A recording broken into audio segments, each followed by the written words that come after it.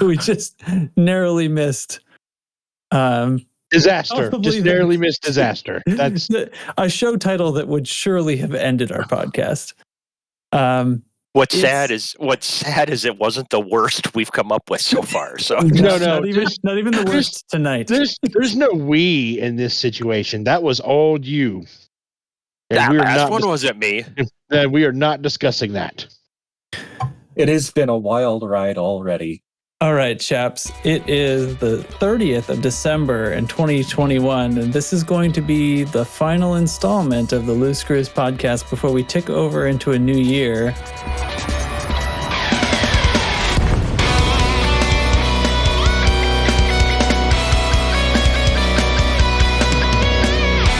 Joining me tonight is Commander Chig.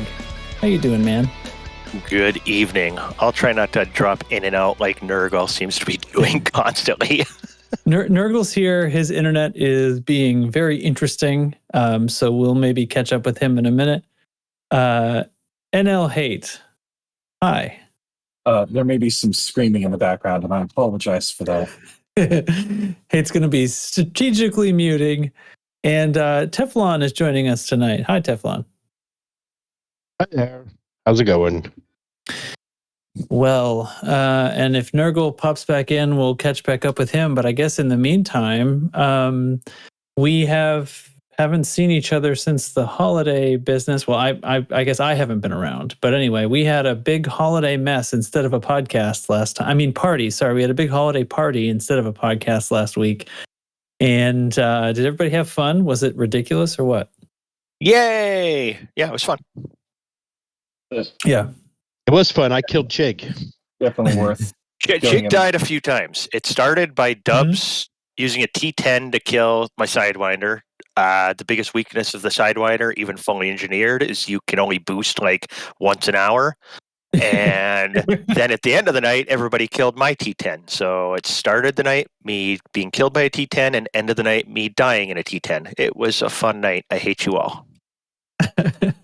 Yeah, so the name of the game on the holiday party, we recorded a bit of podcast that made it into the feed, and anybody who looked at the YouTube feed, then you got to see the rest of the nonsense. And I wrangled a bunch of Discord videos onto stream. At some points, we had as many as 5 people streaming their gameplay and then getting crammed onto YouTube.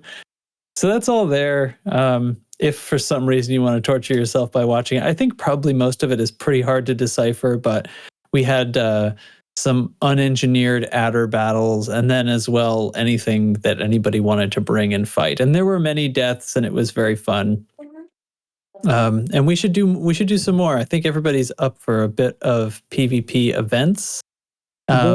More structure next time will make it a more pleasurable thing to do. I want to say the fight of the night, though, was Crash versus Dubs. Dubs in his crazy armored Type 7 and Crash in his Chieftain that uses plasma slugs. So he ran out of fuel before the fight was over, and I had to bring him fuel. So that was fun. Awesome. Yeah, I think that if we do those again, the comments, well, it was pretty obvious that it lacked structure. The thing is, the one structured piece of it that we tried to do was I'm sorry, I think I said adders earlier, the haulers fight. And it doesn't work that great to do the way we had set it up. Like, everybody bring haulers, and we actually had to break it up into a few different rounds.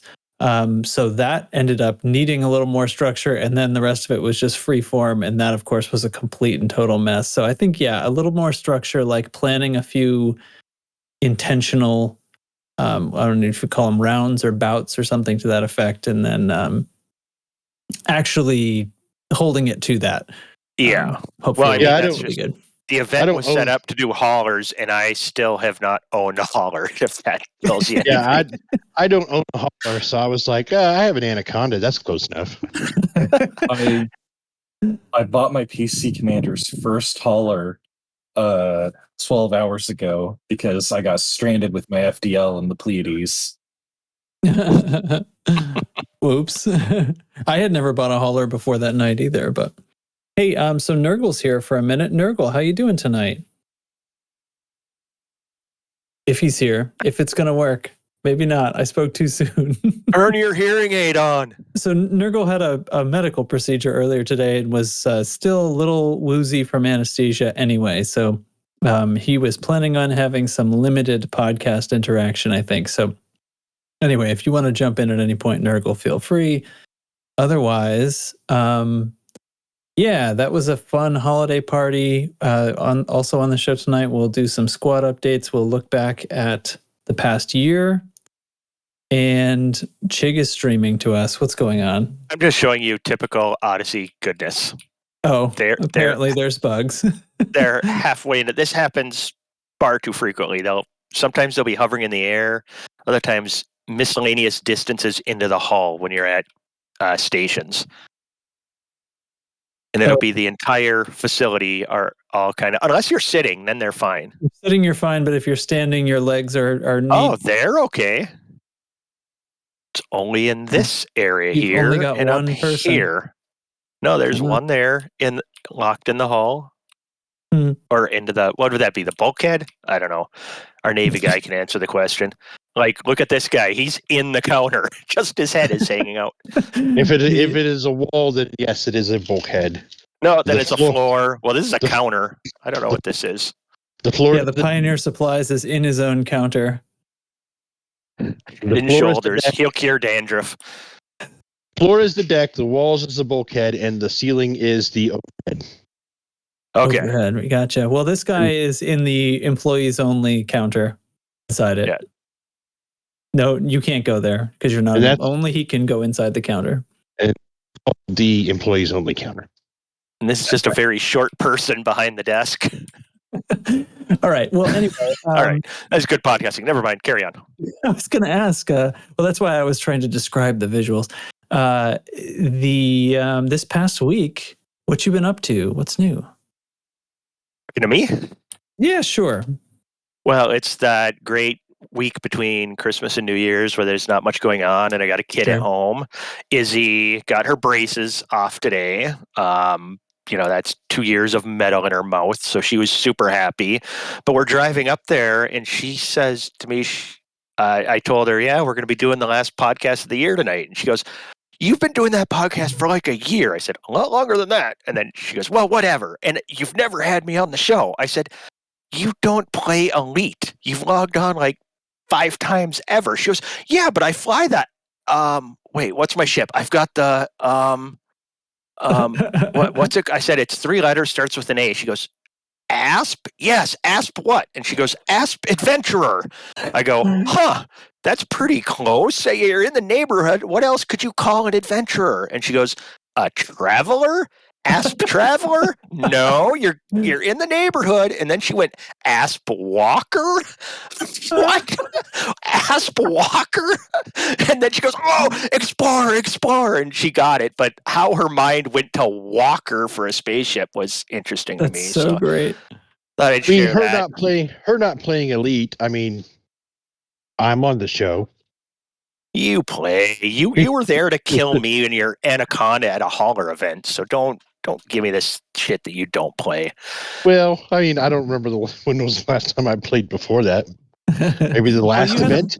You had a broken computer though for a while. Yeah, you're just getting up and functioning. But I did for a while, yeah. Other than that, you know me, I set stupid goals for myself, and this whole Odyssey thing, I've been on a mission to get every weapon and every suit to grade 5. Nice. And how's it going? I am almost done. That's what I'm working on right now. I need like 5 manufacturing instructions. I'll have all 11 weapons in all 3 suits. Now, when I whined about Odyssey engineering before, it's like probably just because it was a new grind. Now, once I started doing it, I'm like, well, really? There's like, what are there, 36 ships? I don't even remember, 38, 36, something like that. And each ship can have a bunch of different functions. This Odyssey stuff, there's only so much you can do on the ground, so it's not like a whole lot. I'm never going to have to engineer anything or upgrade anything ever again until they put in some stupid Guardian unlock or something at some point. But so you just don't need any other builds? it's just sort of like you really you don't, not right now. I mean, like I said, I'm upgrading all these weapons to grade 5, but then you've got your 4 engineering slots. But what, there's specialty stuff I could do, but with what I already have engineered, upgraded engine engineered, there's nothing PvE in this game that matters. Like, I'm just right now in an anarchy system flying from installation to installation and murdering every individual in there and stealing engineering mats, because the PvE side of it, they can kill you if you're not paying attention, or if you do something stupid. But if you're just looking at your monitor, you're probably not going to get killed by PvE stuff. So instead, I want to have a little bit of everything in case something becomes the meta. Like, I'm really hoping Thargoid stuff on the ground becomes a thing where there's like big aliens and swarms of aliens and some actual gameplay. And I want to make sure that I already have whatever weapon becomes like the meta, or whatever suit, so I'm ready just to jump right in. That's the only reason I'm doing it right now, because the on-ground stuff is really, really easy once you get some stuff upgraded. Sure.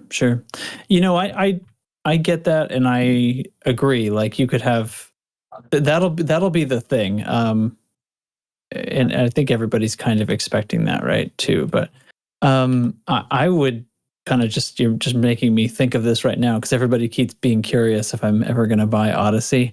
The one thing that would be tempting, because I've said I'm not going to buy it until it has VR support, because that's what I want. But if the Thargoid ground combat comes and it's compelling, that's going to make this sticking to my guns harder. I'll say that much. Right on. Yeah. I'm still hoping they give you your VR at some point, but I'm still hoping they put this game on console at some point. But I'm also hoping one day we get crossplay. I'm also hoping that one day, never mind. There's a wish list a mile long. Just think about Thargoid ground combat inside like stations where looks like kind of like the burning stations with all that power out. They're in the room, man. They're in the fucking room. Yeah. They're coming out of the walls. I keep going back to the old, original Starship Troopers movie. I'm hoping for something like that. Like when they're in that canyon and there's that big alien crawling along and somebody jumps on top and shoves a grenade in its blowhole, that kind of thing. Yeah. Of course. Blowholes. With everybody else shooting, definitely got to be blowholes involved, right? I think so.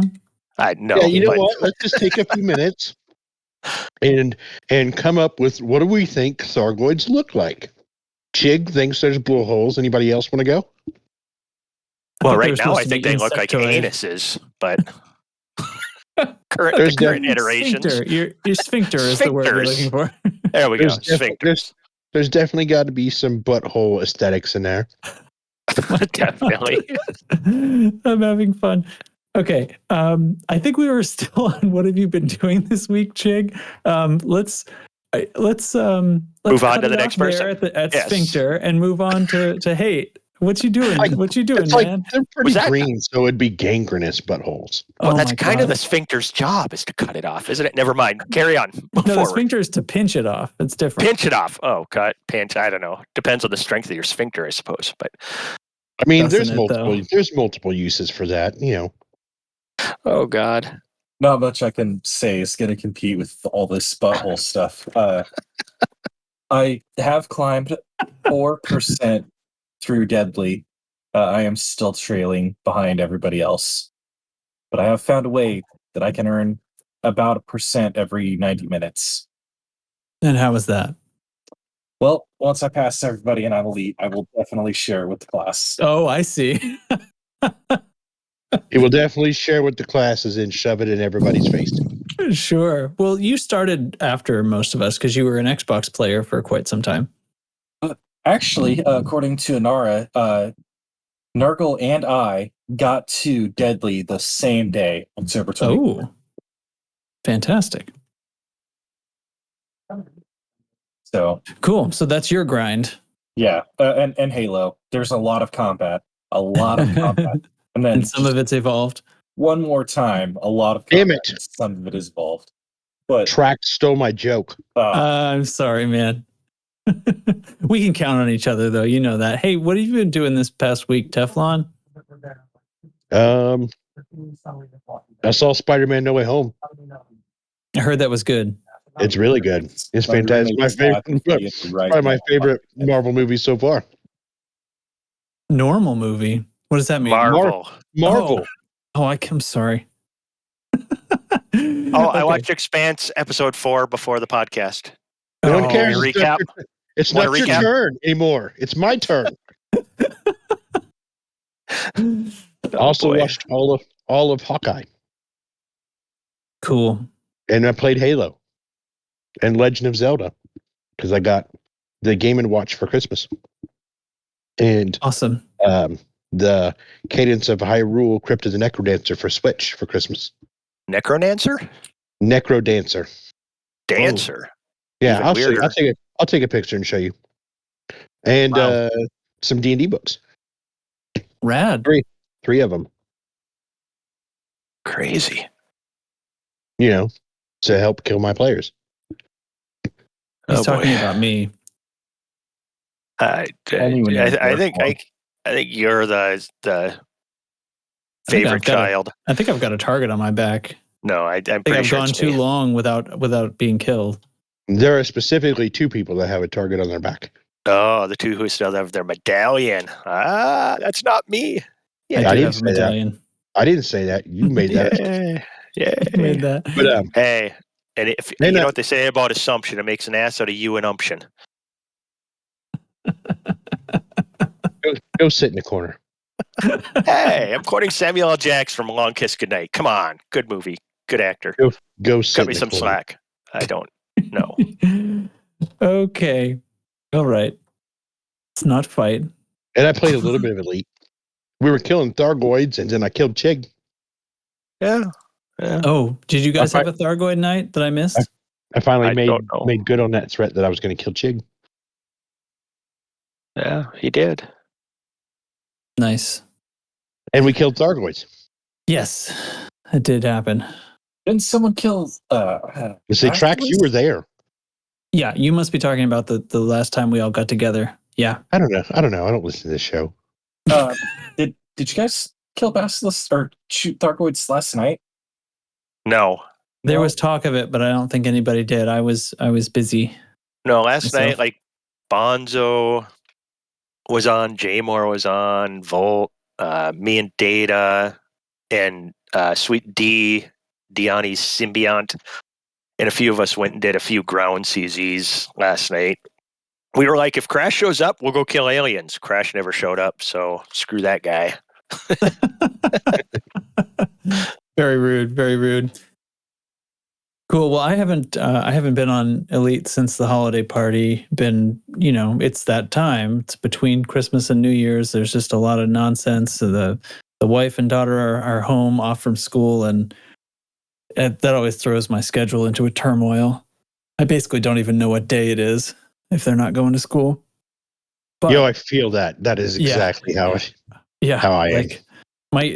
My whole rhythm. Anyway, but I did get some new stuff which I've been trying out. I got this thing, this Elgato Wave XLR, which is a microphone preamp, but with Elgato's like streaming audio mixer tech built into it. And it's pretty fantastic. And I'm not going to spend too much time on it because it's probably meaningless and boring to most people, but it's able to do a bunch of audio routing of different sources and balance the mix so your stream has a different output from your monitor mix and stuff like that. And they just did an update that lets you put VST plugins in it so I can run like compressors and gates and stuff in line. And that's fantastic. So I basically picked one up when that happened and switched everything over. Quick review, I think it's pretty great, and the preamp quality is good, which matters. This is the sort of thing you would bring your own mic to. So obviously I have mics, and it does a great job of powering my dynamic mics, which take a lot of power, a lot of gain, I should say. And it's pretty great. It has a couple of drawbacks that I think they could fix with a software update that I hope they do, like being able to sidechain. And I think technically it needs 3 outputs. I think it's totally silly that they only gave it 2. But anyway, we'll see. That's all software stuff, so it could Did totally I be walk fixed. into the tone control podcast? What is happening? Not quite. Oh, Anyway, but I'm yeah. using it. I'm using it now, and it's pretty awesome.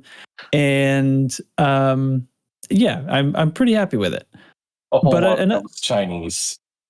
Yeah, sorry. I try to go quick. And then the only other, like I've only gotten on Elite earlier tonight since the holiday stream, and actually went and sorted out all my spaceships and my modules and stuff. I had not gone and like, okay, this is a super first world Elite player problem, but I had 40 ships on my carrier because I had a bunch of like storage ships from before we had 200 modules in storage.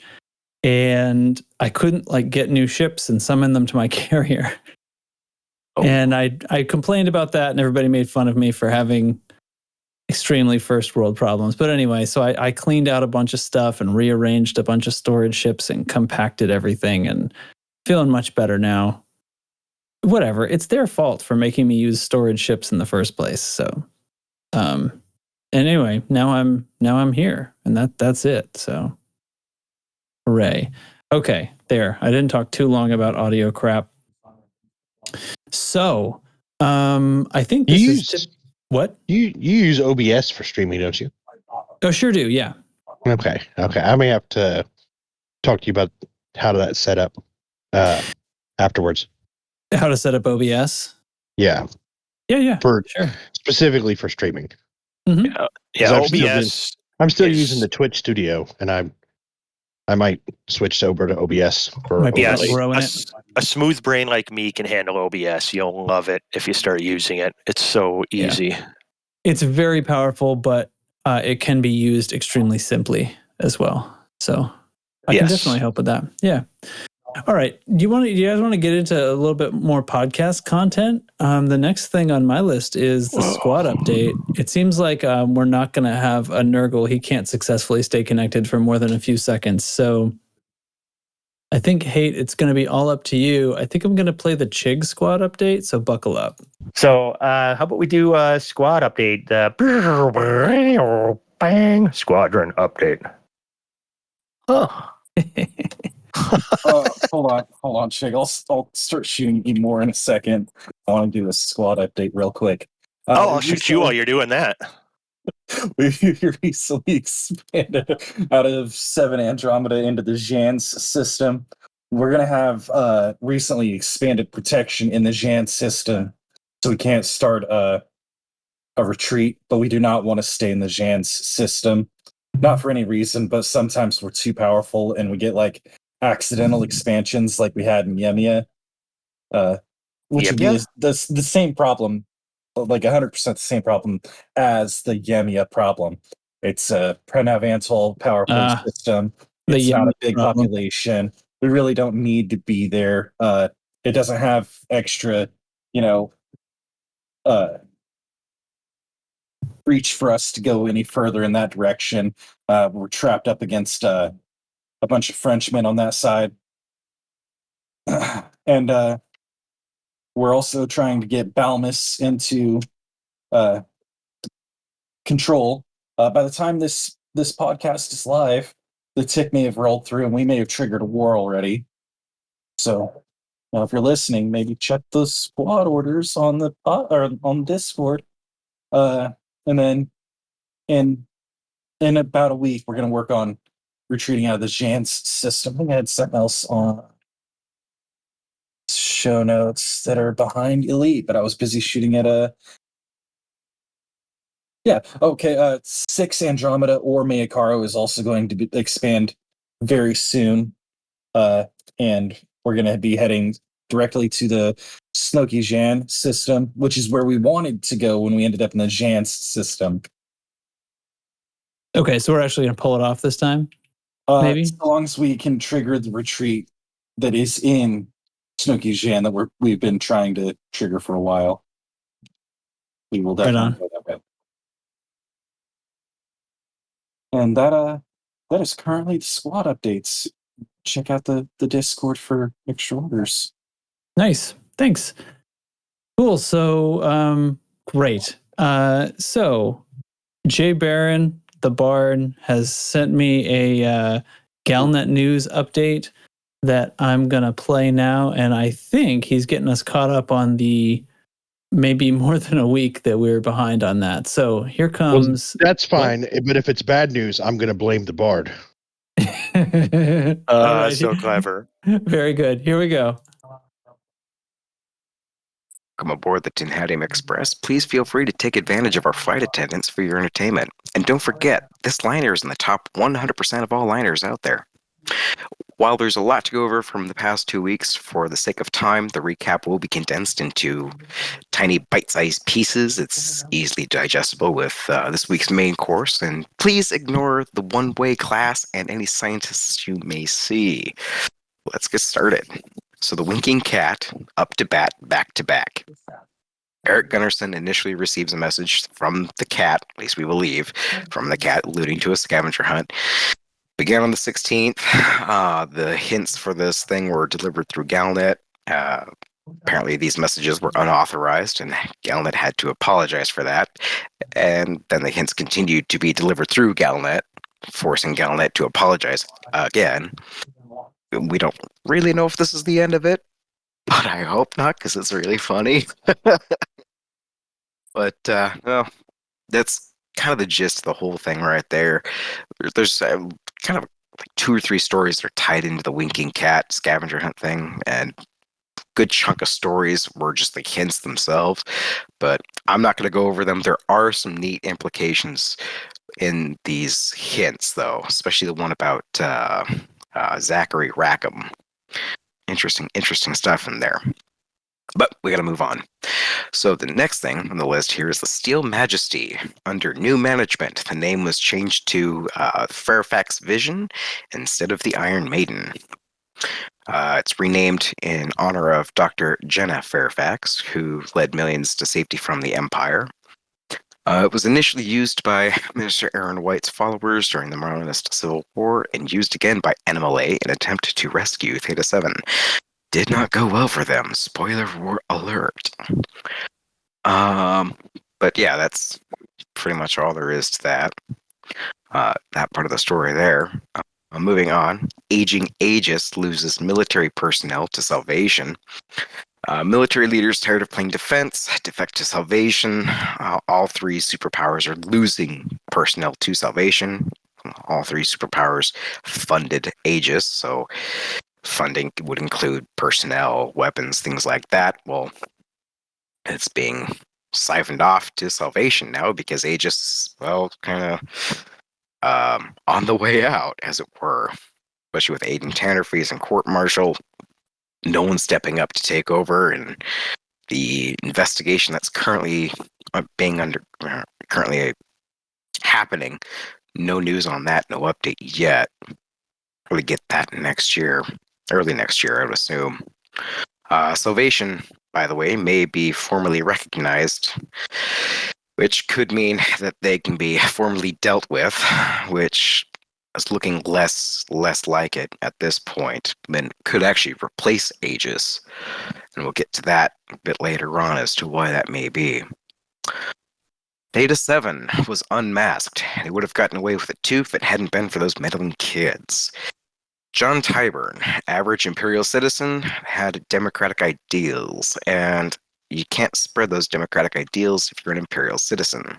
For that, he was arrested, his marriage was annulled, and his kids were hauled off into state care for doing so, for spreading those ideals. This somehow radicalized him against the Empire, and he joined the NMLA, and he started his career smuggling bombs for them.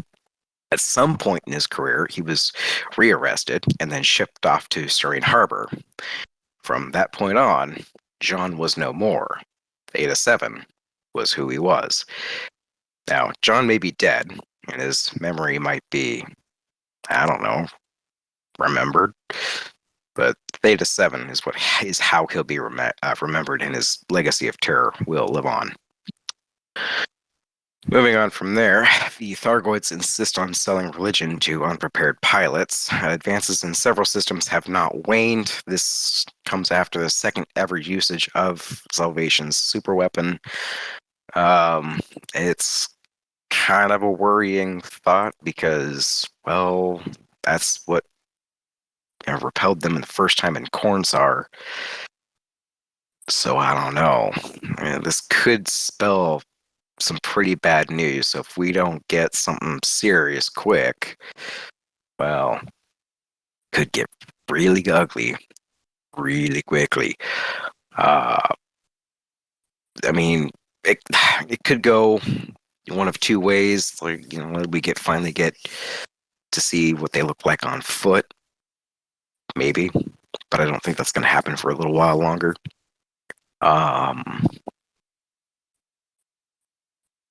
Yeah, could force them out of space onto the ground. Who knows? I don't know. We'll have to see.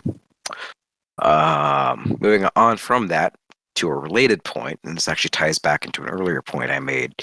Alliance and Sirius sitting in Alioth, planning. First comes weapons, then comes ships. I was supposed to go PLANNING. First come weapons, then come ships. Whatever. You get it. I botched it. Deal with it. I don't know if it's true, if they're making weapons and ships. Just making a joke. All right, deal with it. But Sirius and Alliance are in talks about protection from Thargoids.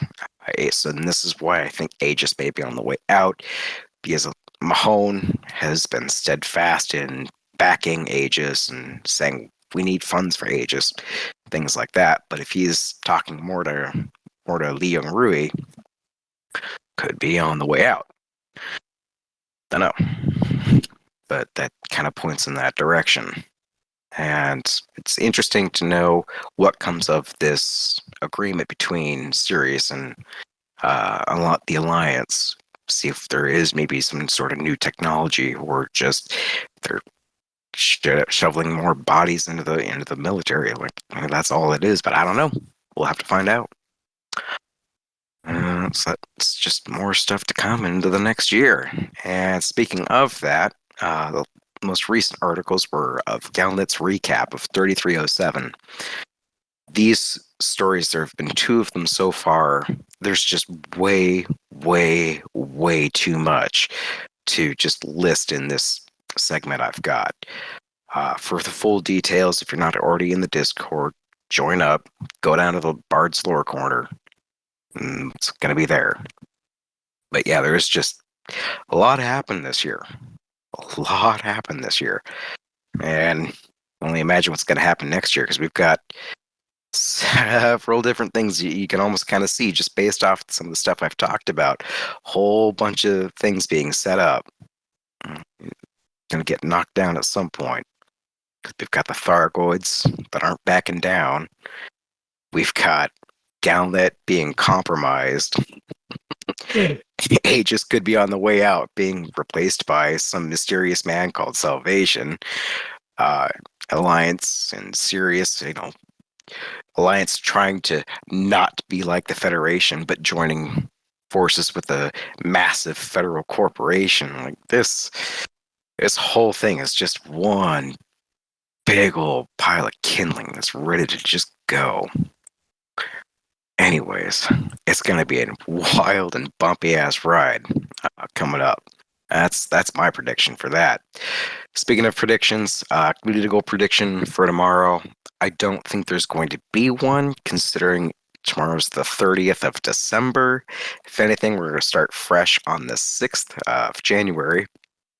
And, well, hell, make a prediction about that. It could be might actually be the resuming of the Colonia Bridge project. Maybe. That was February. I don't remember. Anyways, well, that's all I've got for you today. I'm going to go ahead and just, leave it at that. Have a good one. All right. Thanks, Baron. Hold on while I change my mutes around. There we go. Thank you. So, what happened? I was the only person that appeared to be muted. Oh, sorry. Yeah, there was background noise. I'm sorry. My bad. Yes. So, okay. Thanks for the update on Galnet. That was fun. I think we have a good system going here. So, let's get into the thing, huh? As far as actual like topics and news and stuff, there was no dev news this week. Everybody's off, of course. The bit of stuff that I did write down was just to update that update 10 is planned for the new year. It originally was going to have the fleet carrier interiors. They have said that that's been pushed to update 11. I think that's a sure thing at this point. And update 10 is going to be, I don't know of any features that are planned. So it's like a concentrating on performance and bugs and stuff. Hopefully it would come with a fix for the hostile ships don't look like they're hostile bug, which apparently persists. This is news to me because things still work right in Horizons, everybody. Anyway, so what discussion, if any, happened about the new things that have come in the past while here?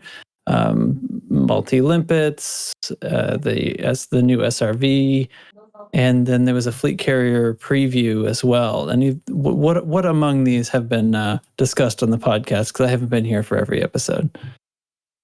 About the only discussions we had were during our brief little episode before murder time last week, because we didn't have an episode the week before that.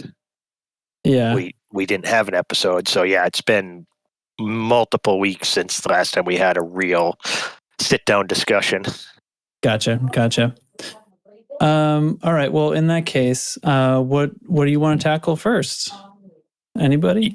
You're in charge, mommy. I'm in charge. All right. Talk multi-limpet controllers then. I still haven't used them, but I've done some investigating now about what turned up, because it did come out a little differently than what I was expecting.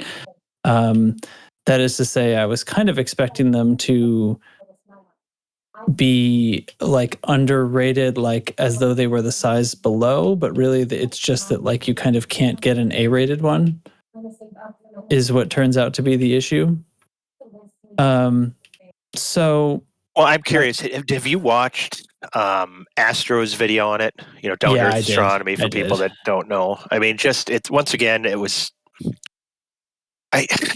I know I sound salty all the time, but I love the shit out of this game. But once again, it feels like they were put in the game by people who don't play the game. I mean, how? Yeah. You don't. Yeah. I mean, some of the things he pointed out were like, in outfitting, when you're clicking on one, you have no idea what it does.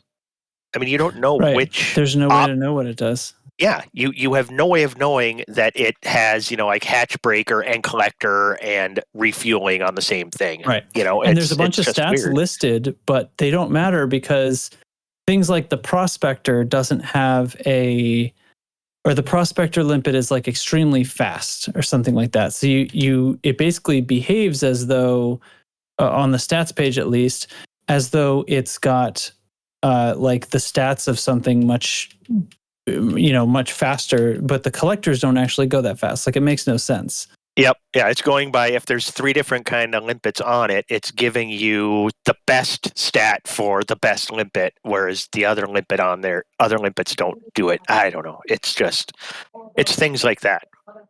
But yeah, at the end of the day, I threw the rescue multi-limpet on my just mission running Phantom that I have. And the other night, like I said, Crash ran out of fuel. I'm like, oh, I can bring you fuel because I happen to have that, and I would have never had that ever in any situation otherwise. So, they are neat, and the fact that they reduced the I'll go with mass, so Trax doesn't get twitched out here, and that their mass, they reduced the mass on them, so they're not as ridiculously heavy. But I have no problem with. I just like it's another option. I have no real problems with it. I just hate the fact that the UI in game doesn't show you what they do. You have no real idea what to do with them. How they actually function, and that always bothers me. They need to just take some of these third-party tool makers and just put them on frickin' payroll. Right. Yeah, I mean, when they're clearly using them, I mean, it's so you found a use case that works, like on a mission running ship, but Yep. you put him particularly. So we'll reference Down to Earth's video again. Like specifically, he talked a lot about mining, and then the other big use that I guess he's citing because he feels like that's where they were most requested is exploration. Now, exploration, it's pretty much out the window because they weigh so much. Yep. You're just better off getting a bunch of size 1s of whatever you need. The size 7, like the everything that's only in a size 7, that's the only one that comes A-rated. So it's the only one that you're not sacrificing some limpet quality for. And in that case, it weighs a huge amount. Well, I mean, it's not as bad as it used to be, but it weighs more, and they can't be engineered.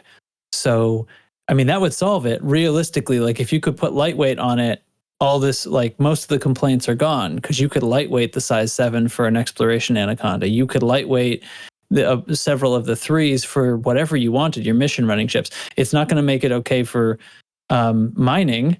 The mining one is completely useless. No miner is ever going to use that because it at most is a class C, which means you get less materials out of the rock. It directly impacts the quality of the mining that you get. And then there's this other bit where technically it can have more limpets out than the same size regular controller, so has an advantage that way, but that's the total for the multi-controller, it's not individualized. So if you have like a size 3 can actually have 4 limpets instead of 2 out at a time. So if you have the size 3 mining, you can have 4 collectors out, but you have to kill those collectors either by turning off the module or just killing them before you can fire another prospector. It's just scraping your belly on an asteroid to kill them. It's just. But the thing is, like, it won't just. You could solve this. You fire another prospector and one of your collectors deletes. Like that would be fine, right? But that's not what they did. They made it so the trigger just doesn't pull. The trigger doesn't do anything. That's a failure. That doesn't work. That makes it useless for, well, I mean, the Class C makes it useless for mining anyway, because your prospector has to be an A to get the most materials. So no one will ever use it for that. So really the narrow use case is, I guess, one of these for like a mission running ship where I'm still liking the idea of having hatch breakers combined with collectors and then maybe something else. I don't know. Those are really the 2 I care about. But maybe you could put, if you have fuel on there, maybe you can respond to some of those distress signal things that are floating around. That I remember when I first started this game, you find these signals, right, where somebody's out there and it's a distress signal and you drop in on there and it's an NPC who needs fuel or something. And I can never help them with that because I'm not going to carry fuel limpets around while I'm just wandering the galaxy. I need those slots for things. So maybe that makes that sort of that gameplay, more endearing. I don't know. Yeah, if it's well, that's enticing, now, but it's endearing. Like I'm dropping into random signals that I never dropped into in the past because of that particular issue. I mean, not just the waste of time flying there and then all of a sudden I need fuel. I don't have fuel limpets. Sorry, sucker, you die, and I feel bad about it. But you can't it's even just go a waste fuel. of time. You can't exactly. The instance would be gone if you left to get the fuel. It was so stupid that they were there to begin with. So now maybe this makes them less stupid. So are you trying them out? Are they cool? I've been hitting a few. Well, I'm kind of hoping to bump into things that I haven't seen. Like even a lot of these planetary signals, I'm flying to random ones and stuff. Part of that is I've done so much in this game that it's looking for new stuff. I'm just trying new stuff, but hitting signal sources is definitely and actually being able to give fuel is nice. It is what it is. Instead, we're all playing a game, but part of it is we all joke immersion, man. But it sucks when you're trying to be in your spaceship and you drop in on a signal source and the dude's like, I'm out of fuel, I'm gonna die if I don't get fuel. Well, sorry dude, I can't help you, and you just leave. It makes your character feel like a shithead, unless you're Teflon, of course. Teflon would then just blow them up so they die quickly rather than suffocating, but there's that side too. He'd send them the fuel and then blow them up. Well, yeah, if you need a bigger explosion, for sure. Right. It's a waste of fuel. No, I just blow them up. Oh, Oh, You can just ask me. I'm here. yeah. Well, that's us referencing you is asking you. Blow them up and then collect the materials and move on to the next one. Yeah, I see, know- you play I a know different game than I. We normally like give praise to the people that build these third-party tools, but Coriolis doesn't say what the multi-limpet controllers do either. Well, Well, that's Coriolis because just they're needs to pulling the catch up. information from game, probably. Yeah. yeah. But then well, again, I I mean- mean, like, think about the third-party tools just for 1 second. Imagine if they used the people who built Coriolis to put the UI for, outfitting your ship right in the game. If you don't have it, it's grayed out or whatever, but everything is right there, and you could build your ship just like in Coriolis. And you could Yeah. build it as strong as you want, and something's grayed out, and then also that becomes a wish list. Oh, I got to go get this particular weapon and this thing and this engineering in order to build this ship the way that I want it. It could be right in game, like the Odyssey Materials Helper. That should be something that's in game. It's so helpful and useful. So much crap on Anara, your ability to search systems and see what's going on. All of this stuff could be integrated in the game with just proper UI, and they have all of the information. I know they share this stuff with these, a lot of these. Some are pulling it just from their files, from the game files and stuff. But they're helping. Anara is getting stuff ahead of time, and Coriolis. They got to be getting some help from FDev on this stuff, but they should be figuring out how to get this stuff in game, because you cannot play that. If you play this game without third-party tools, you are a far better human being than I am. That's all or I'm you're saying. a masochist. But isn't Well, there is that. like, I mean, to me, like one of the things like Dubs had said was like a multi-limpet controller that can have like, where I could put like fuel or repair limpets on it. It would seem like great to put on an exploration ship, but isn't it like really heavy? Didn't he say it was really heavy? Well, It is, but they have fixed that to a point. They're still heavier, and Trax mentioned that just a few minutes ago, that where most people thought this was a great idea was for exploration ships, and then they went and made them heavier was their biggest downfall. And it's like, well, once again, it's another read the room situation where FDev screwed up. It's yeah. Well, okay. There's a lot we could say, sort of opinion wise, I guess, about where exactly the screw up was. Whether it was just that they didn't think enough about it, or if they felt it was a proper balance. There has to be a downside over individual controllers, or you would never use the individual controllers again, right? Yeah, but going straight to the weight specifically targets explorers, in my opinion. Yeah. You know what I'm saying? It does. So yeah. So like maybe there should have been. Is there a type that is specifically for explorers, or would the explorers most likely choose the everything limpet? That, to me, that's what it is. Because when you're exploring, you don't know what you might end up needing. Mm-hmm. Like most of us, the very first exploration a lot of us go on, we might have brought a research thing and stuff like that. And then we realize, well, this is never ever useful, so I'm not going to bring it. But you still never know. I mean, people use a second slot for a second AFMU, which to me is just, I'm not going to say it's just asinine. That's a safe so word. One can repair the other. But why? I mean, I don't know. It's seriously. very silly. Yeah. Yeah. It's like the whole reason I built an exploration beluga was to be a support ship for when we do the big squadron expeditions, like distance cruise and distance cruise 2. Yep. Yeah. So I can be out there with my beluga and I have fuel and repair and all this other stuff. The regenerating shield beams and things like that to help if people get into the shit out there, Mm-hmm. Mm-hmm. you run out of fuel, Exactly. I can jump where I'm already in an exploration ship. I can jump over there and toss some fuel at you. For sure. Or if you smack a planet too hard, I can come in with repair limpets. And that's So where the multi-limpet controller would come in handy. But then making it heavy means you can't keep up with the group you're Right. with. I don't know. It is what it is. So maybe we needed to be able to, I mean, we can buy them in different grades now, but they're not the right grades. It's like E and C or something, right? Yeah, it's weird. So it's Make them sort of like cheap engineerable. and heavy. Well, actually, I guess B is the heaviest.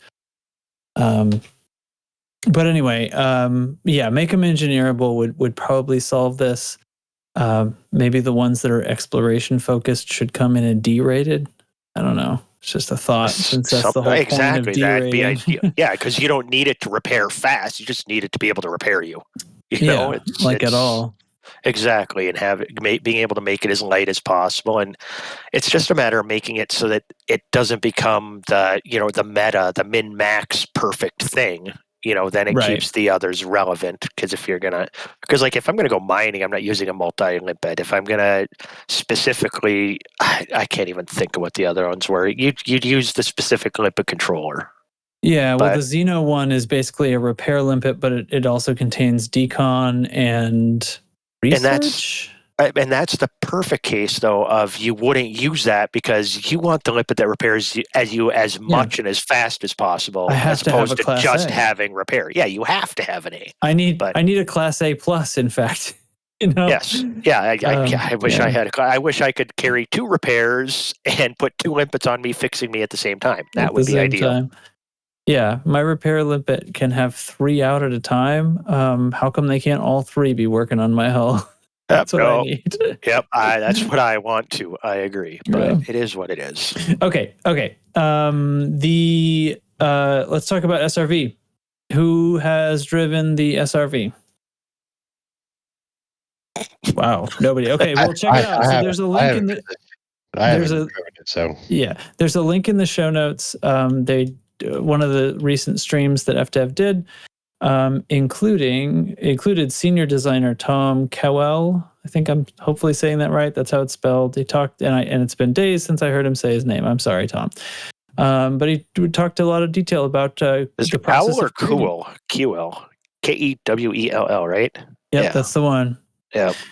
So anyway, he talked a lot of details about creating the Scorpion SRV and sort of what it was intended for and why they made choices they did. A bunch of things about designing the UI, changing it because just pasting the other UI onto this ship caused things to overlap and stuff like that with the new cockpit of the SRV. Because it's a different shape, and the way they designed the gun very intentionally to be sort of a scatter shot situation that eventually becomes more accurate the longer you fire, and stuff like that. And he goes over it in some great detail. The whole thing, I don't have access to it, so I feel like I shouldn't be talking about it that much. But apparently, it is sticky to the ground and doesn't boost very much. Yeah, it doesn't jump worth crap like the Scarab where you can fly. It doesn't. It handles much better. I haven't driven it. I've seen a lot of videos of people driving it and stuff. The thing is it's also a lot slower. So honestly, a lot of things with the Scarab is, it spins out real easy and stuff like that. But if you're only at half throttle on the Scarab, you're not going to be spinning out as much either. So I don't know. If it interests people, there is a big part of this stream. They talked about designing the driving characteristics and how it would handle, and the tools and stuff they use for that. I thought it was quite fun, actually, because it is all very intentional, and they play tested a lot of it to kind of get it down to what they wanted it to be. Yes, and I agree with a lot of what they did, but me, it looks like it should be this fast little thing, but it's not.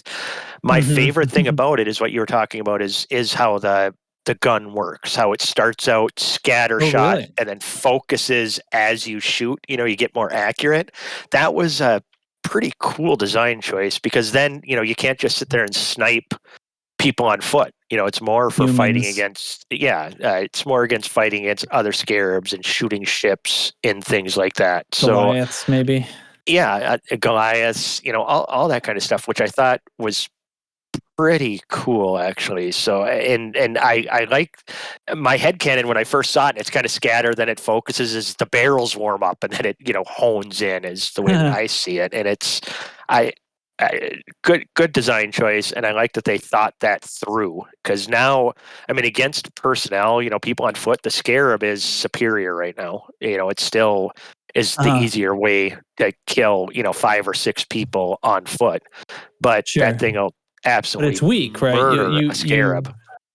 Yeah, but the Scarab could be taken out, whereas this thing is probably much more resilient. Exactly. So yeah, I'm just happy there's more stuff in the game. Yep. I don't know why they don't have a bunch more options. Cool. Well, because it takes a lot of work, probably. Well, obviously. Yeah. So then the next thing was the fleet carrier interior preview. So I guess this is a while ago now. I know we're playing catch up here on Loose Screws, but anyway, this at update 9, and I think it's actually been updated a little bit in the background since then, on included in some of the patches that came out after 9. The fleet carrier interiors actually got added into the game, but with no way to access them. But people very, very quickly found out that you could glitch the free cam inside the fleet carrier, and then you could observe what was going on in there. And so everyone did, and so it became pretty quickly, we had sort of a free cam tour of the inside of the fleet carrier. So FDev decided it was time to actually just talk about it. So they did. And that's a pretty cool stream as well. Darren Halil came back to talk about that design and talk about some of its features and stuff like that. Did you guys catch this stream? I did. I don't know if anybody else did. But to me, it came off as, oh my God, they just added player housing. I mean, I wasn't expecting this. I was expecting like a concourse, like spaceports, but there's actually going to be like a ready room, and there's going to be choosing the colors on the interior and stuff. So I don't know. Yeah, the Arxable stuff, like choosing the color on the interior, the Arxable part is pretty minimal, I feel. I was really... At this point. I'm just waiting for, like, again, that, we can put all the little stuff on our dashboards and stuff, like, I don't know. That's the money machine, and I keep wondering. Like, I know I'm kind of talking out of both sides of my mouth here because I feel slighted by the lack of VR support in updates, but at the same time, it's like this is where you guys get your money, right? Why isn't this a focus? Like, this is such an idea. Everyone is screaming like, take my arcs, give me all this stuff that I can put inside my fleet. Anyway, so yeah, player housing. To a certain extent, you can change the colors of the thing, and the owner and the owner's team gets access to the special super secret room, I guess, that nobody else can be in. And okay, so there's a bunch of vendors. Basically, you have all the typical vendors. Some of them I think are going to come standard, like the bartender's going to be standard. And everything else is, it seems like if you have that service, then you'll have it. Do you have there's like a Frontline and an Apex? Those must be standard, right? Because you'd need that to participate. Yes, you'd think, but who knows? They didn't get that in depth into it. The fact that it is modular, I did like. You're not getting everything. Well, like you're choosing what you have. Ad Astra is the shipyard, right? So you wouldn't get that, I would think, unless as an add-on, because a shipyard is an add-on to a regular carrier. And likewise outfitting. So maybe Pioneer supplies you'd have to buy in order to have that. That's what it sounded like. And you'll have like access to all the suits and all the weapons if you have that in your carrier. But the carrier owner has control of whether things that are considered illegal in certain jurisdictions are sold there, which I guess would be like the e-breaches and stuff like that. Yep, that's my guess. And that's what it seemed like. Yeah. But that's pretty cool. So I think we're going to have access to a lot more things probably. And then I guess the other big news from all that was that the bartender serves as a mat trader between players. Yeah, essentially like the commodities market on your carrier now, the bartender will be that same kind of function for your Odyssey mats. I don't think they said specifically if it was like all the mats or just the ones that are tradable now. Because like there's seems some like they're things that you talking still about the can't trade. Odyssey. Well, yeah, well, no, but in Odyssey, since you don't play, there's different types of mats. Like data isn't something that's tradable. Well, it's tradable if you throw it on the ground, somebody can pick it up, but it's not tradable at the bartender for between. Oh, I truly different don't things. understand that. Exactly. No, the bartender's It's not really barterable? confusing. No, it's not. Okay. Data isn't, and then there's whatchamacallit. Hold on, I'll look this up just real quick. So some of them are like chemicals. You've and some got of them are goods, circuits assets, and data. Right now, the Okay. only things tradable at the bartender are assets. So your chemical, circuit, and tech. There's 3 different kinds. Oh my God, that's And why you I can don't trade- get this. You can trade like 3 amongst within the chemical. category. Yep, you can trade amongst circuit and you can trade amongst tech. You cannot trade goods, which is like your blueprints and things like that, and you cannot trade among your tech. But all of these are tradable with another player if you meet in person on the ground. It's just And awesome. and you take the stuff out of your ship or your SRV, put it in your backpack, then you throw it on the ground, and it appears as an iPad that they can pick up that they get. So it's just it's weird. I wasn't sure. Like before I traded the first time, I was like Data. I asked. I'm saying Data. Lieutenant Commander Data. I asked him, do we go to like a data port and I have to upload this, then you download it? He says, nope, just put it in your backpack, throw it on the ground, an iPad will appear. Like, huh. And that's what happens. So yeah, there's no logic or anything. But yeah, I've traded with DJ Wiley, with Data, with Volt. You kind of share mats that way.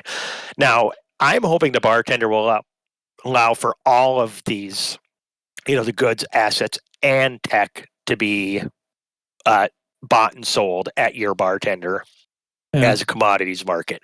If it's as the bartender is now, it's just going to be the same materials, but we'll have to see. I'm really hoping this is the true start of a player economy, because engineering mats are, they're a pain. They're the thing. Yes, they are the real currency in the game. Mm-hmm. So cool, I guess. I don't know. Maybe it's cool. Wait until you start playing Odyssey, you curmudgeon. I don't know. No, it's fine. I just use an old man word because I didn't Nurgle's not here. understand it when I was playing the alpha and briefly when I had the release version. I didn't understand it then, and I guess that's why. So apparently, like, there are categories within subcategories. Yep. And apparently, some of them are worthless too. Are we? Oh yeah, there's talking about the non-worthless ones. Well, that's just it. There's a whole lot of let's call it vendor trash that you can pick up too. You eventually learn what that is, and you don't pick it up. And I don't know if that'll be part of the stuff you can do. You can't even trade that like 6-to-1 for something useful at the bartender. No, not at all. Nope. What? No, because that's in the assets category. There are no assets that are worthless. In the assets, you have chemical, circuit, and tech, and all of those are useful. But you can only trade chemical for chemical, circuit for circuit, tech for tech.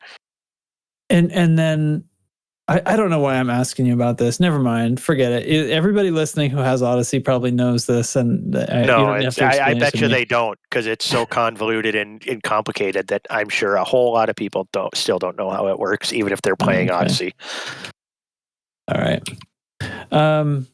Well, that's that then. Any other thoughts on fleet carrier interiors? I'm looking forward to jumping from the bridge. Yeah, that's the thing, is we'll be able to watch the jump from our bridge. Oh yeah, that's right. And you'll be pulled to a seat when it happens. Pulled to a seat. So it seems like probably no matter where you are, you'll just fade to black and appear in a seat, and then the commander and their team can watch from I forget what it's called, but their private room. Yeah, And the head canon on that, I guess, is because it'd be violent to go travel through the witch space thing. So, I want they're the going to real. make you sit in a seat. I want I'm the sort of- realism. I want a space sickness bag. You want a bomb bag? I'm picturing. Yeah, but like, you're also the guy that wants to have sex with aliens. So, come on, man. he wants have you love ever with played- aliens. You ever played Mass Effect? Of course, the first one, yes, and I had sex with aliens. Duh. There's only one And that alien. part of Chig's life is over now. He had his fun. He had his alien fling. I tapped that alien ass Doesn't your daughter listen to this show? sometimes, but my daughter, she's good peeps. She's good peeps. Yeah, thanks for making it weird, hate. Okay. It is. Yeah. So, now I'm being shot at. Frick. Okay. Sorry. It's not Is it by station. hate? No, it was just some data they didn't want me to have. No, well, now I got it. What are you going to do? All right. It's not Anyway. me. I'm going to Pleiades. Yeah. Okay. Well, that's what's going on in the game. High hopes then for more continued bug fixes and nonsense. I have noticed a sort of community-wide impatience. The patience has run out for no word yet for consoles. I'm seeing several of the big YouTubers are raising their voices about this now. You see the spike in shirt sales. I'm not, unfortunately or fortunately, I'm not tracking shirt sales. But that's an interesting comment. We're going to take a look at that. Anyway, that just popped into my head. That's going on. Talk to us in show feedback. Should we take letters? I don't know. Is this a thing? What do console players think of the or anybody the total lack of communication about console? It has gone on an awfully long time. We're ticking over into the new year with no plan whatsoever. We have no news. We keep having console players buy PCs to play with us on PC. I don't know if that's the conspiracy is Frontier owns a PC selling business on the side, so they're getting PCs sold because Curious if they're waiting for the beginning of the first fiscal quarter to. Is that where all the announce graphics that. cards are going? What's that? Is that where all the graphics cards are going? Yeah, so people can play Elite for sure. Oh yeah, definitely. It's the best game.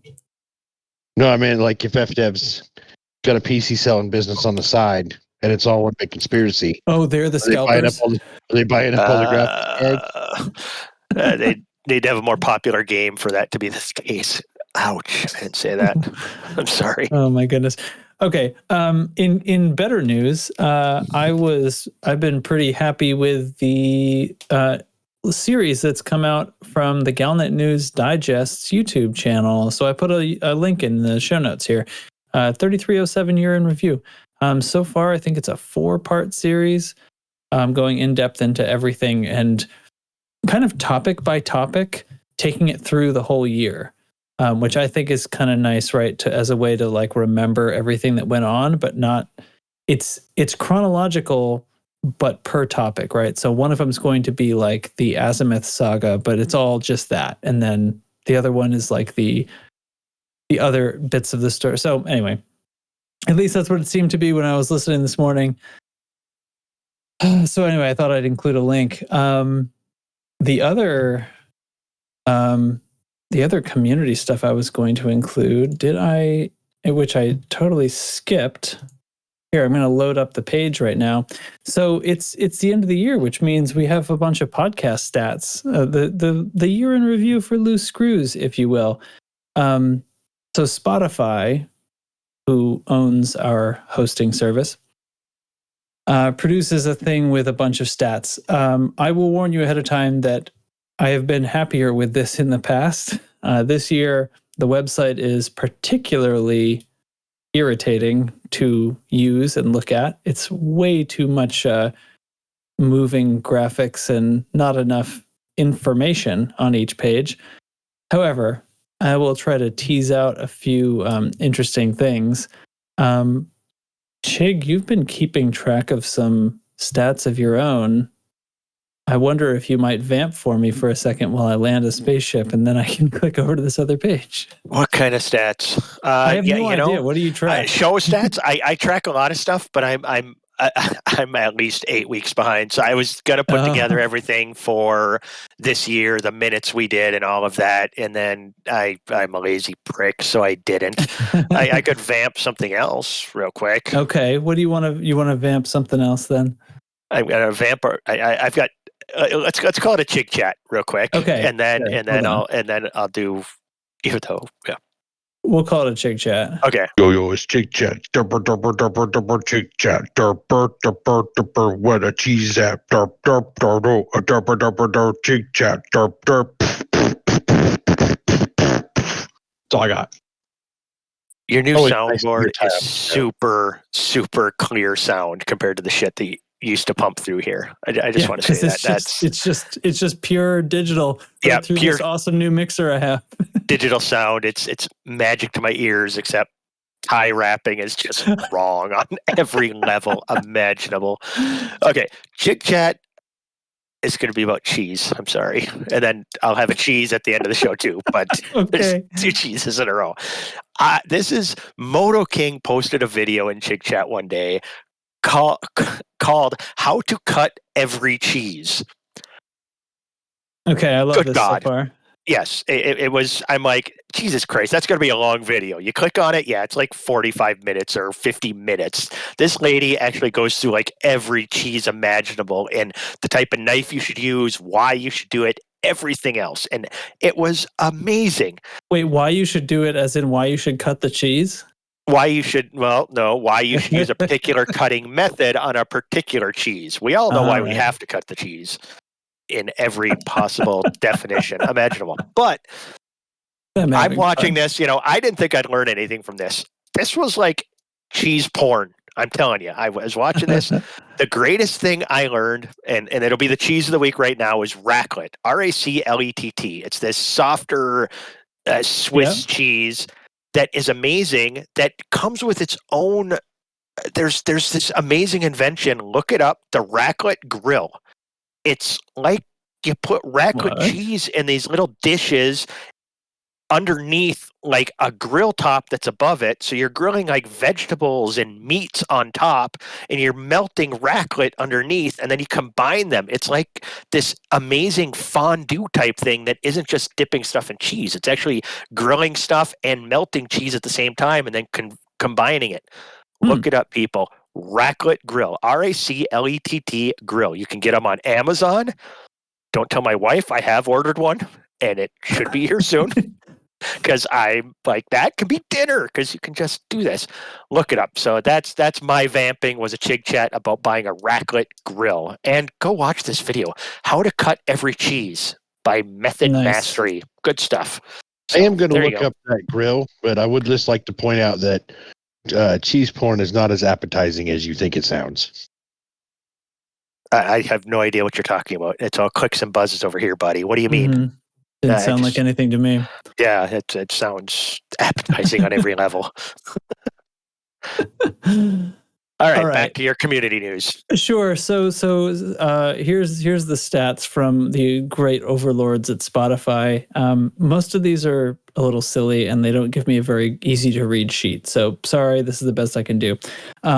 January 8th was our first episode of the year. It was called 27 RAM.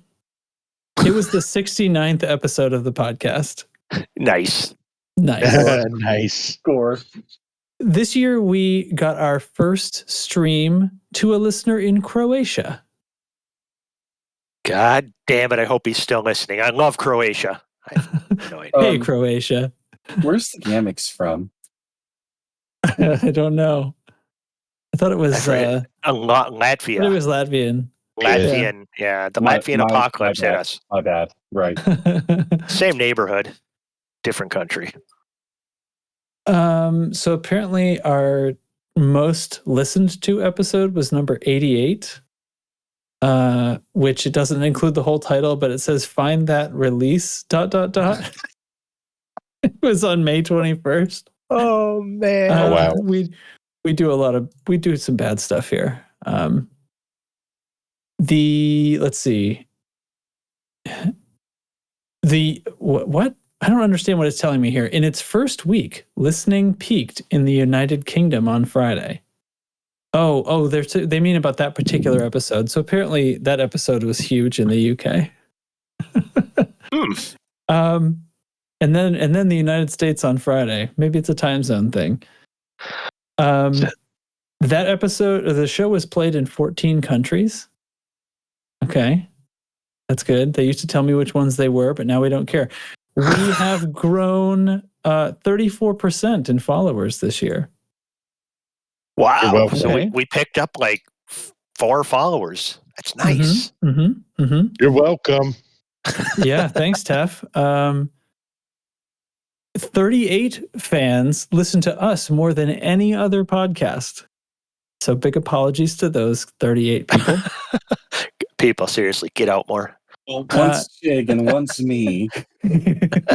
I actually don't. I'm subscribed to the podcast feed, but I don't listen to it because, except for episodes I'm not on. Yeah, I listen to episodes I'm not on. So it couldn't have been me. 19 fans spent their birthdays listening to you. So extra special apologies to those people. Hey, I think it's Tesnick's birthday today. Happy birthday, Tesnick. Yeah. Happy birthday, Tesnick. Happy birthday, Tesnick. 4 fans rang in the new year with you?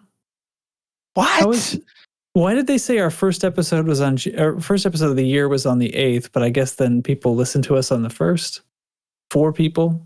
What are you guys doing listening to us on New Year's Day? Anyway. We're the first podcast that they listened to through Spotify that year. Oh, could be. 3 fans listened on International Podcast Day. So not doing well with International Podcast Day. Pretty poor performance there. That's a thing? I don't know. And I don't really know what this means because it's literally all the information they gave me, but 29 fans listened to most of your episodes. They don't even say all. Oh boy. This is the dumbest stat I've ever seen. Okay, I think that we're going to talk about podcast days September 30th.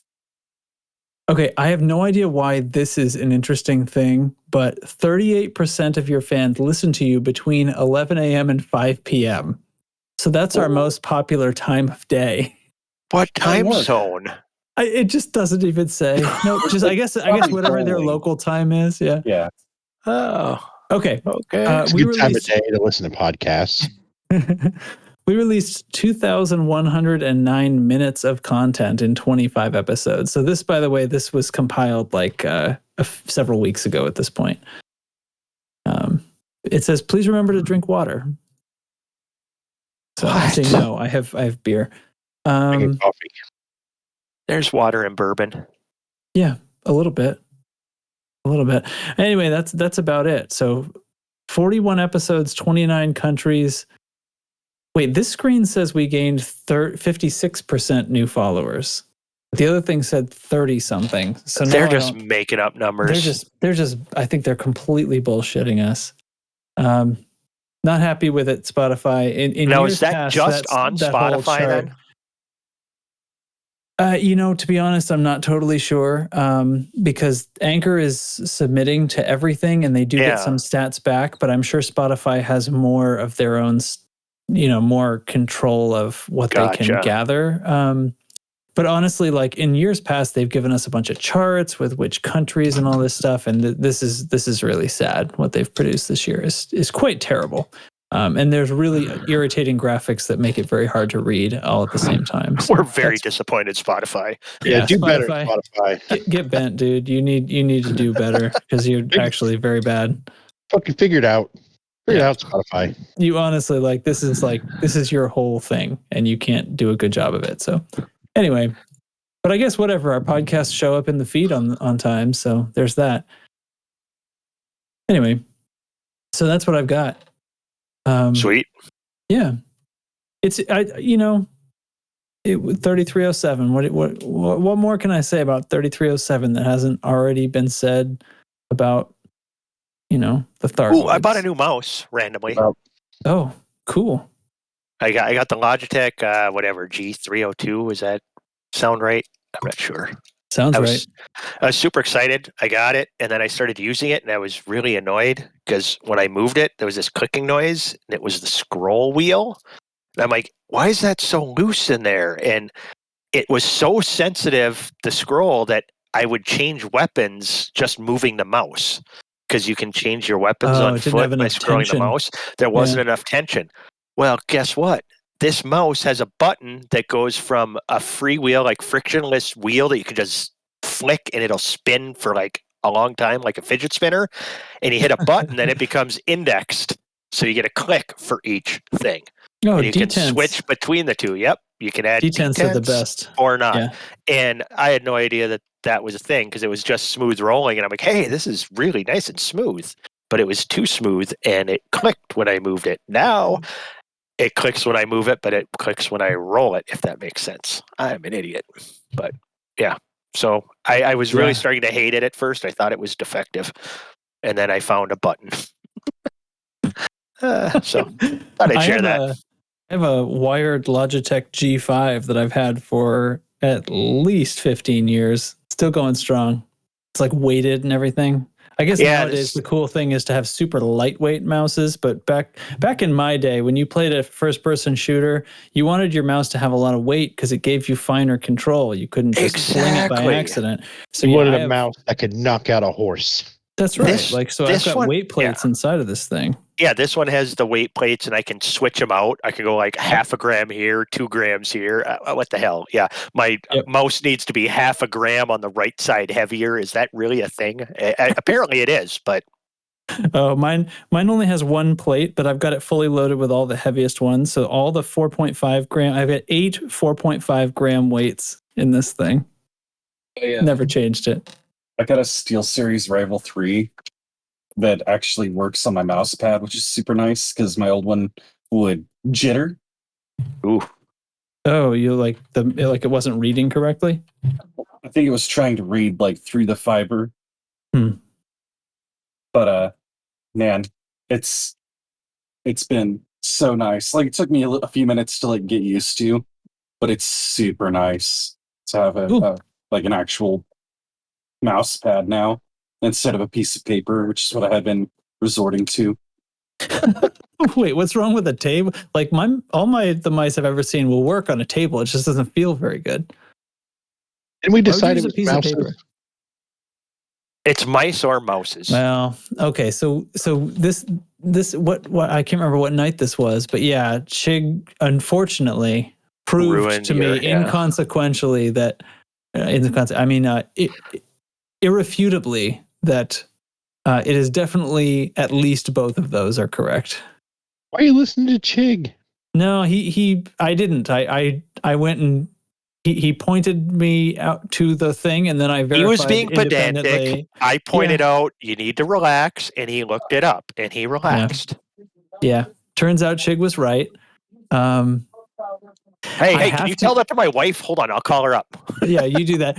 I have to say that. I have to say Chig was right because otherwise it carries no weight many of the dozens of times that I say Chig was wrong. I have to be willing to actually be right, actually admit that he's right when he's right. Hey, it's taken me months and months to sell people on the Phantom, and now everybody seems to be jumping on that bandwagon.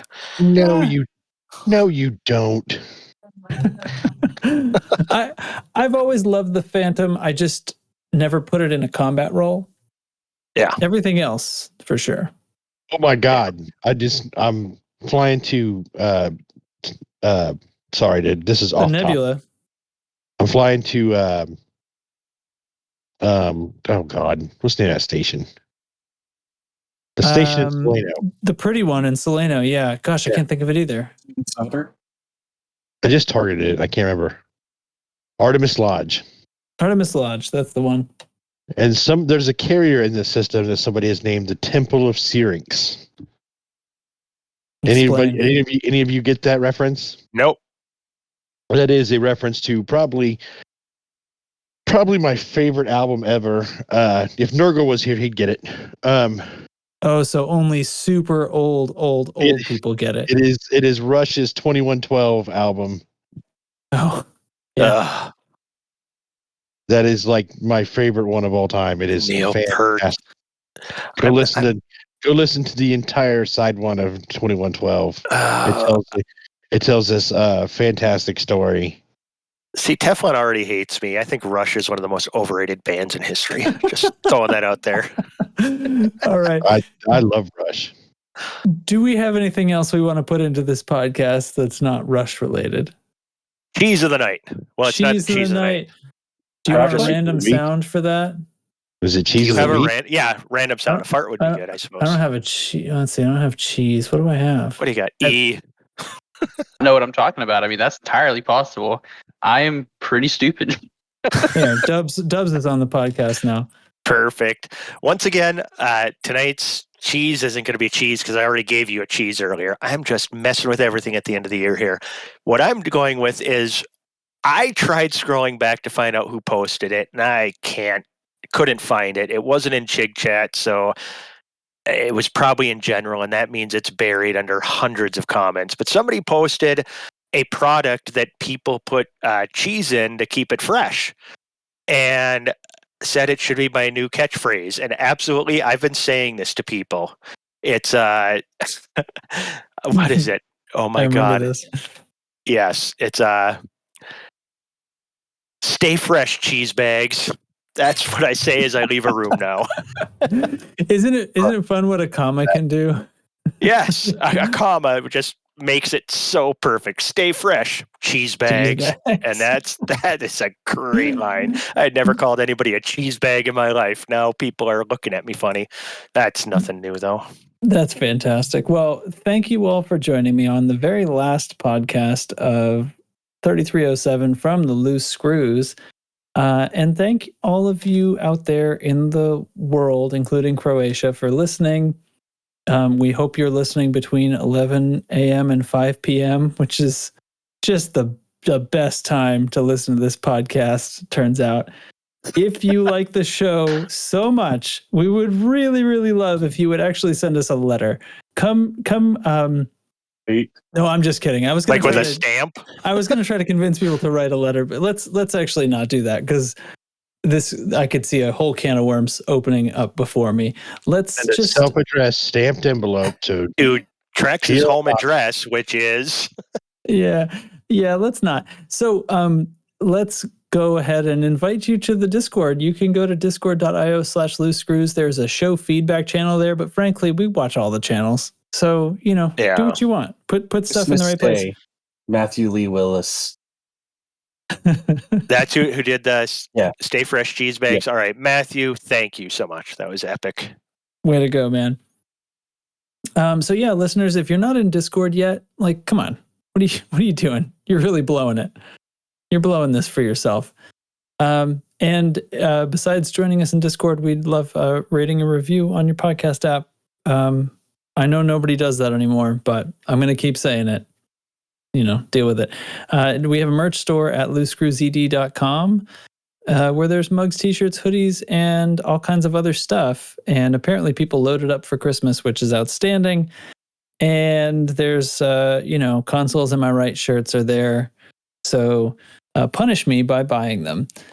And that's it. Last thing, events. We always have stuff going on. Tuesday nights is Cqc Night.